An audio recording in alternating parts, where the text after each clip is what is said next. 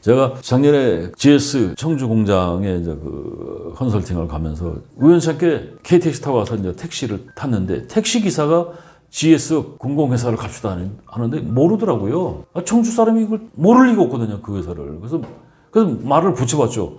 아니, 이거 택시 하신 지 얼마 안 되셨나 봐요. 그러니까, 네, 이제 3개월째 되고 있는데요. 그러니까, 그럼 뭐 하셨어요? 그러니까, 이 양반이 61년생인데 작년에 퇴사하고 금호고속에서 30년 운전을 했답니다. 청주에서 살면서. 그러니까 뭐 부모한테 텃밭도 좀 받고.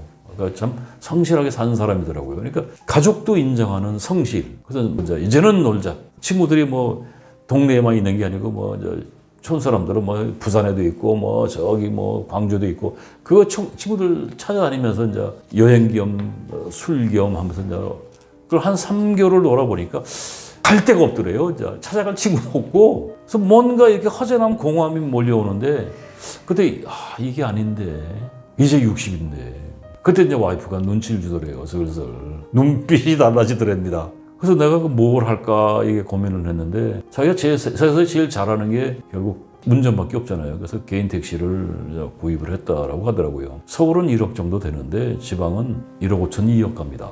택시가. 그래서 개인 택시를 이제 1억 5천인가 7천인가 줬다는 것 같아요. 그래서 그거 3개월째 일하고 있는데 아까도 말씀드렸지만 직장인들이 나와서 뭐 창업을 하게 되면 여유 자금이 없거든요, 대다수가. 그러니까 일정 부분 빚을 내야 돼요. 근데 이 양반은 와이프가 관리를 잘 했더라고요. 빚 안 내고 1억 5천을 일시불로 주고 이제 차를 구입을 했으니까 너무너무 행복하대요, 지금. 30년 운전하던 사람이 3개월 놀고서 손든 거죠. 그러니까 이렇게 운전하는 게 이렇게 행복한지는 몰랐다는 거예요. 그리고 제가 천안에 이제 올해 컨설팅을 다니는데 성환에서 이제 택시를 타고 들어가는데 그 천안 택시는 2억이랍니다. 근데 한 양반이 정년하고 이제 그 택시를 구입을 해서 운전을 하는데 너무 행복하대요. 그래서 자기는 어떻게 하냐? 연금도 한 150 정도 나온다고 하니까 또 와이프도 벌고 있고 근데 집에서 놀 수 없어서 이제 농사도 좀 짓는데 택시를 하는데 일하고 싶으면 일하고 놀고 싶으면 놀고 친구가 전화 와서 술 한잔 하자면 또 하고 그런다고 하더라고요. 그런 사람은 진짜 행복한 사람이죠. 제가 또 2017년도인가 이 도로를 걷다가 보도블록이 좀 삐끗해서 복숭아뼈를 이제 골절이 돼서 목발을 짚고 다닌 적이 있어요. 그러니까 운전을 못하니까 이제 카카오 택시를 불렀죠. 근데 이 택시 기사들이 오는 사람들마다 나이 먹었더라고요. 목발 짚고 이제 그 사람들하고 이제 그 이야기를 하는데 기억에 남는 사람이 2사람이 있었는데 그 중에 한 사람이 공기업에서 운전을 하셨다고 그러더라고요. 지금은 공기업의 운전직이 비정규직이거나 계약직인데 그 불과 한 15년 전만 해도 공기업에서도 다 정규직이니까 정규직으로 30년을 하고 정년을 맞았다고 그러더라고요. 그러니까 나올 때 결심한 게 다시는 운전하지 않는다. 그때 이제 같이 퇴직한 동료가 3명 있었는데 셋이 뭉쳐가지고 등산 다니고 여행 다니고 이제 술 마시고 등산 여행도 하루 이틀이지. 그러니까 만나면 갈 데도 없으니까 셋이 만나가지고 의기투합해서 3년간 술을 마셨는데 이 사람이 뭐라고 얘기하면 선생님 노는 것도요. 놀아본 놈이 놀죠. 놀 줄 모르니까 놀 수가 없더라고요. 그러니까 만나면 술만 마셨는데 그래서 한 명이 하늘나라 갔고 하늘나라 여행 갔대요. 이 사람이 말도 잘해. 하늘나라로 한 놈은 여행 갔고 한 놈은 병원에 가서 지금 숙박을 하고 있고 그러니까 놀던 사람 2사람이 사라져버리니까 자기 심심해서 할 게 없더라는 거예요.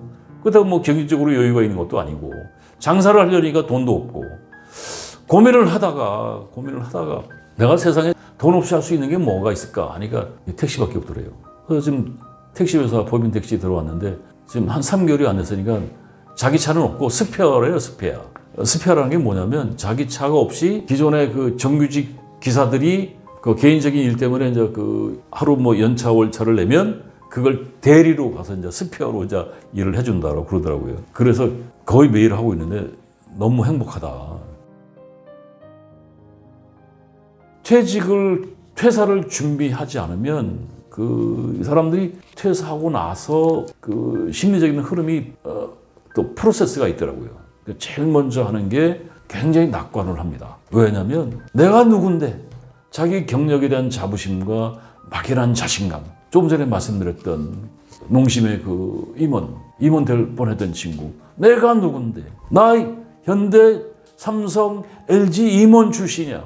이까짓 거 내가 나와서 못 먹고 살겠어. 그 막연한 자신감. 아까 그 제가 알고 있는 그 후배도 대표이사에 준하는 대우를 받던 친구인데 회사 입사일에 승승장구한 사람이에요. 매너 있고 후배들 잘 챙기고 자기 판공비를 개인적으로 쓰는 사람이 아니에요. 한 500 정도 쓰는데 그 500을 자기 밑에 그 후배들하고 지금 부하들하고 뭐 그 돈 가지고 그걸 뭐 점심도 사고 저녁도 사고 하니까 무지 따르죠.